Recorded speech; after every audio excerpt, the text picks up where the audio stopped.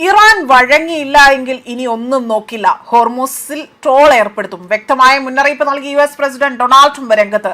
ഇറാനുമായുള്ള സമാധാന ചർച്ചകൾ പരാജയപ്പെട്ടാൽ ലോകത്തിലെ ഏറ്റവും നിർണായകമായ സമുദ്രപാതകളിൽ ഒന്നായ ഹോർമുസ് കടലിടുക്കിൽ ട്രോൾ ഏർപ്പെടുത്തുമെന്ന വ്യക്തമായ ഒരു സന്ദേശം കൂടിയാണ് ട്രംപ് നൽകിയിരിക്കുന്നത്.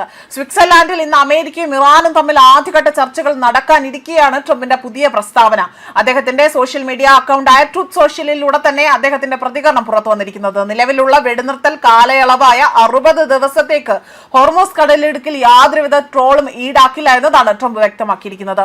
എന്നാൽ 60 ദിവസത്തിനുള്ളിൽ തന്നെ അന്തിമ സമാധാന കരാറിലേക്ക് എത്താൻ കഴിയാതെ വന്നാൽ സ്ഥിതി മാറുമെന്നും അദ്ദേഹം ഇവിടെ സൂചിപ്പിച്ചു. പശ്ചിമേഷ്യൻ രാജ്യങ്ങളുടെ സുരക്ഷ ഉറപ്പാക്കാൻ അമേരിക്ക നൽകിയതും നൽകുന്നതുമായ സേവനങ്ങളുടെ അടിസ്ഥാനത്തിൽ യുഎസിന് ടോൾ ഈടാക്കാനുള്ള അവകാശമുണ്ട് എന്നതാണ് ട്രംപിന്റെ വാദം. അതേസമയം ലോകത്തിലെ എണ്ണ കയറ്റുമതിയുടെ വലിയൊരു വിഹിതം കടന്നുപോകുന്ന ഹോർമുസ് കടലിടുക്കിനെ ചുറ്റിപ്പറ്റിയുള്ള ഏതൊരു നീക്കവും ആഗോള സമ്പദ് വ്യവസ്ഥയെ നേരിട്ട് ബാധിക്കുമെന്നതാണ് സൂചിപ്പിക്കുന്നത്. അതിനാൽ തന്നെ ട്രംപിന്റെ പ്രസ്താവന അന്താരാഷ്ട്ര വിപണികളിലും നയതന്ത്ര വൃത്തങ്ങളിലും വലിയ ചർച്ചകൾക്ക് വഴിവെച്ചിരിക്കുകയാണ്. അതേസമയം ഇന്ന് സ്വിറ്റ്സർലാൻഡിൽ നടക്കുന്ന അമേരിക്ക ഇറാൻ ചർച്ചകളിൽ ആണവ പദ്ധതി, ഉപരോധങ്ങൾ, മരവിപ്പിച്ച ഫണ്ടുകൾ, മേഖലാ സുരക്ഷ എന്നിവയ്ക്കാണ് പ്രാധാന്യമായി തന്നെ അല്ലെങ്കിൽ പ്രധാന വിഷയമായി തന്നെ ചർച്ച ചെയ്യപ്പെടുന്നത്. ഈ ചർച്ചയുടെ വിജയമോ പരാജയമോ പശ്ചിമേഷ്യയുടെ ഭാവിയെ മാത്രമായിരിക്കില്ല, ആഗോള ഊർജ്ജ വിപണിയെയും സ്വാധീനിക്കുമെന്നതാണ് വിലയിരുത്തപ്പെടുന്നത്. ഹോർമുസ് കടലിടുക്കിൽ ടോൾ എന്ന ട്രംപിന്റെ മുന്നറിയിപ്പ് വെറും ഒരു സമ്മർദ്ദ തന്ത്രമാണോ, അതോ പുതിയൊരു സാമ്പത്തിക രാഷ്ട്രീയ നീക്കത്തിന്റെ സൂചനകൾ ഇതിലൂടെ തന്നെ പുറത്തു വരുന്നോ എന്നതും ഇവിടെ ചോദ്യമായി ഉയരുന്നുണ്ട്.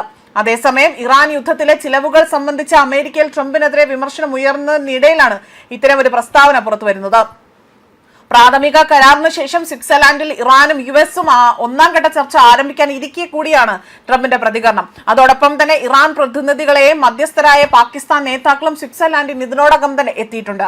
US vice president JD Vance ഇന്ന് എത്തുമെന്നും മറ്റ് US പ്രതിനിധികൾ നേരത്തെ തന്നെ അവിടെ എത്തിയതായും റിപ്പോർട്ടുകളുണ്ട്. അതുമാത്രമല്ല, 1-2 ദിവസം മാത്രമേ താൻ സ്വിറ്റ്സർലാൻഡിൽ ഉണ്ടാകൂ എന്നും യാത്രയ്ക്ക് മുൻപേ തന്നെ അവിടെ അദ്ദേഹം മാധ്യമ പ്രവർത്തകരോട് വ്യക്തമാക്കുകയും ചെയ്തിട്ടുണ്ട്. ആണവ വിഷയത്തിലും ലെബനൻ വിഷയത്തിലും പുരോഗതി കൈവരിക്കുമെന്നതാണ് പ്രതീക്ഷിക്കപ്പെടുന്നതെന്നും അദ്ദേഹം വ്യക്തമാക്കി. അതേപോലെ തന്നെ ലെബനനിൽ കാര്യങ്ങൾ മെച്ചപ്പെട്ടു വരുന്നുണ്ട് എന്നും ലെബനനിൽ ഇസ്രായേൽ വെടിനിർത്തൽ ലംഘിച്ചതോടുകൂടി തന്നെ ചർച്ചകൾ മാറ്റിവെച്ചിരിക്കുകയാണ് എന്നും കഴിഞ്ഞ ദിവസം ഹോർമുസ് അടയ്ക്കുകയാണ് എന്ന് ഇറാൻ അറിയിക്കുകയും ഉണ്ടായതായും വെടിനിർത്തൽ വീണ്ടും പുനഃസ്ഥാപിക്കുകയാണ് എന്നതാണ് വിവരങ്ങൾ പുറത്തു വരുന്നതെന്നും ഇതിലൂടെ തന്നെ വ്യക്തമാക്കുകയാണ് ചെയ്തിരിക്കുന്നത്. ന്യൂസ് ഡെസ്ക് കർമ്മ ന്യൂസ്.